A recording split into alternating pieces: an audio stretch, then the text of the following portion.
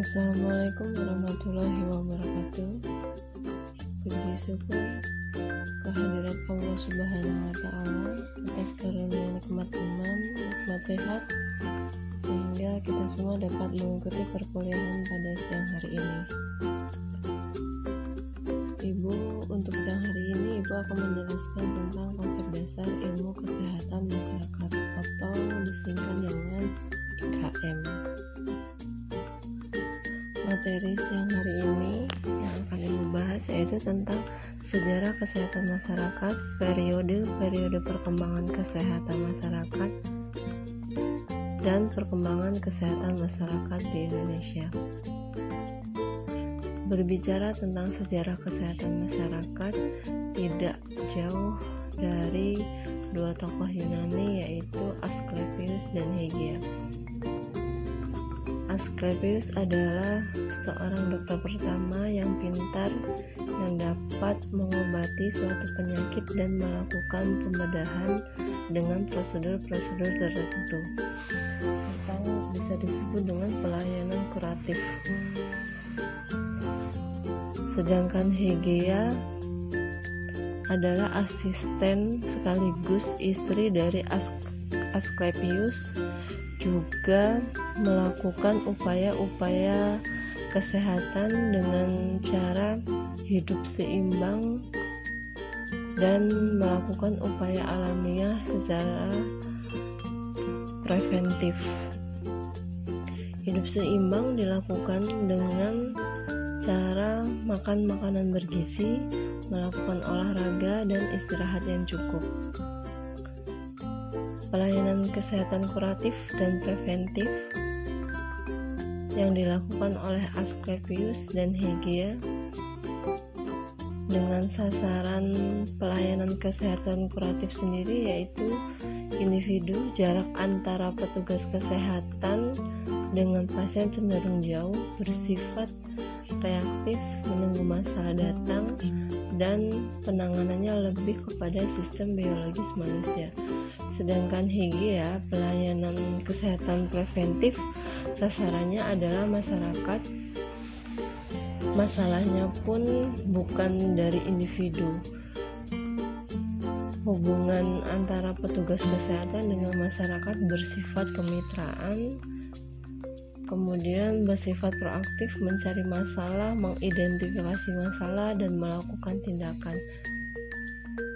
Pendekatannya pun melakukan pendekatan holistik secara menyeluruh. Dari perbedaan tersebut, akhirnya muncul dua aliran atau pendekatan dalam menangani masalah-masalah kesehatan. Kelompok atau aliran pertama cenderung menunggu terjadinya penyakit atau setelah sakit. Dilakukan dengan cara upaya kesehatan yang dilakukan oleh Hygieia, misalnya dengan melakukan olahraga secara teratur, makan makanan bergizi, menjaga lingkungan dan sanitasi di daerah sekitar tempat tinggal. Untuk kelompok kedua disebut pendekatan kuratif. Pendekatan yang dilakukan oleh Asklepios yaitu pengobatan. Periode-periode perkembangan kesehatan masyarakat.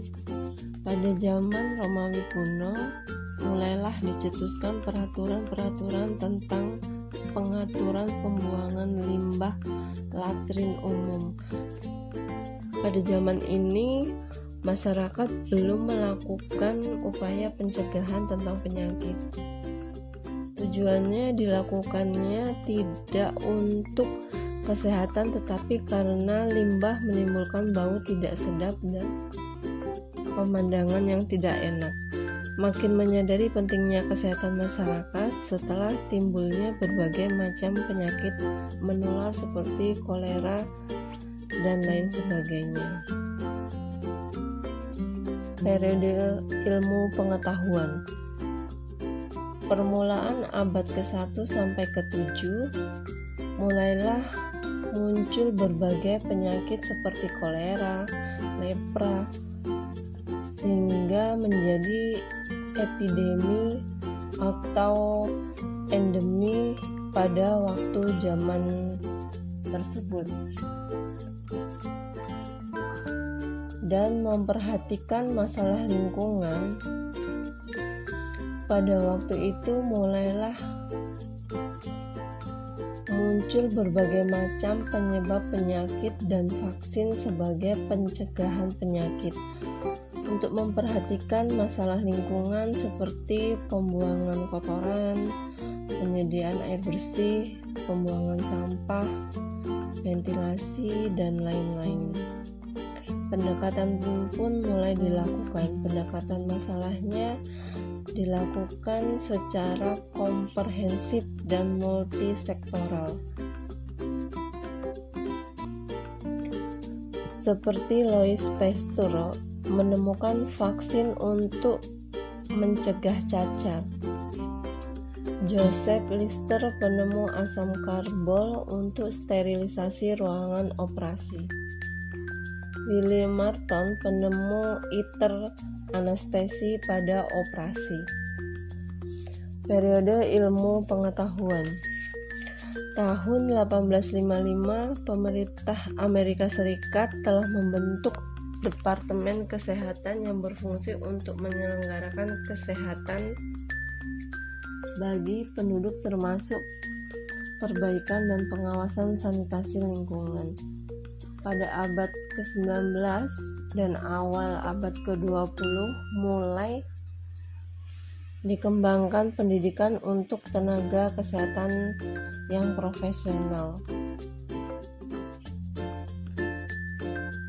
Pada tahun 1872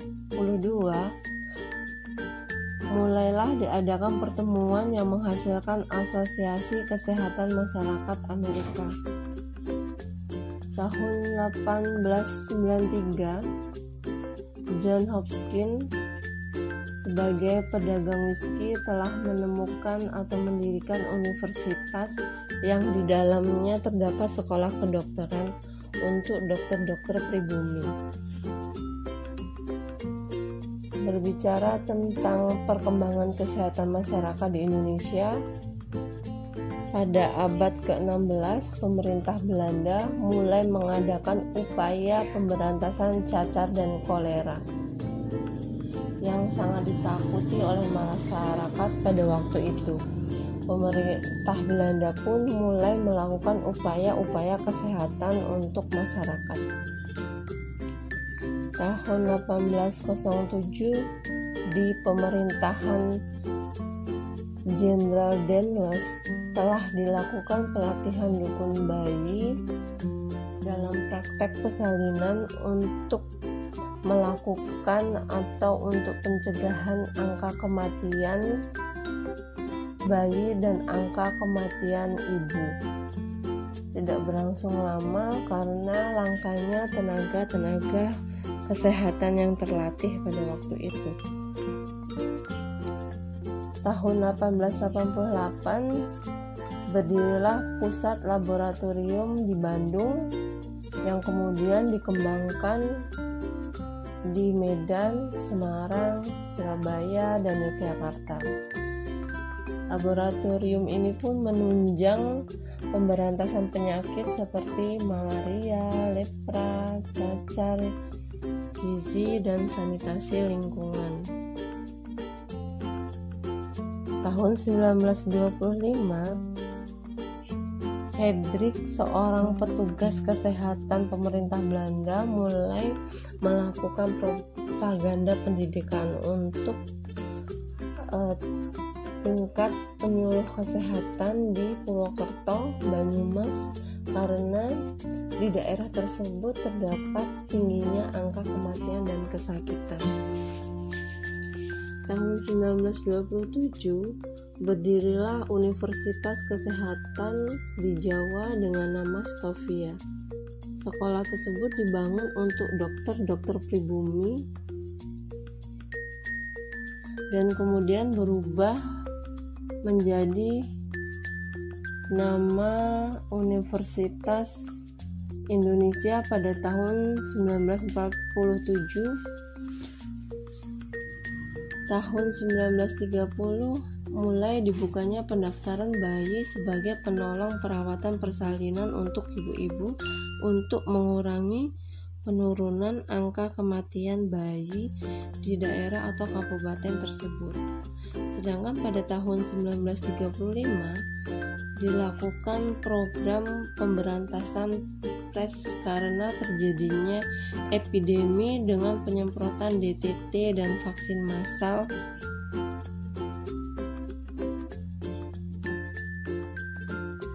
Tahun 1951, Dr. Yelemena dan Dr. Fatah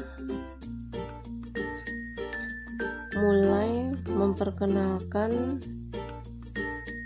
Puskesmas atau Pusat Pelayanan Kesehatan Masyarakat sebagai pelayanan kesehatan tingkat primer dengan membentuk unit-unit organisasi fungsional di daerah dan kabupaten.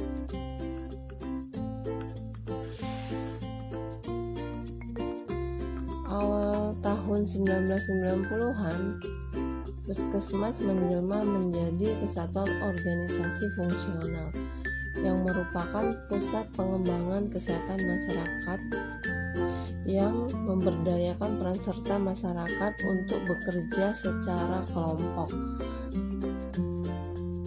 Tahun 1984, pengembangan program-program Puskesmas mulai dilakukan seperti KIA, KB, gizi, penanggulangan diare, dan imunisasi.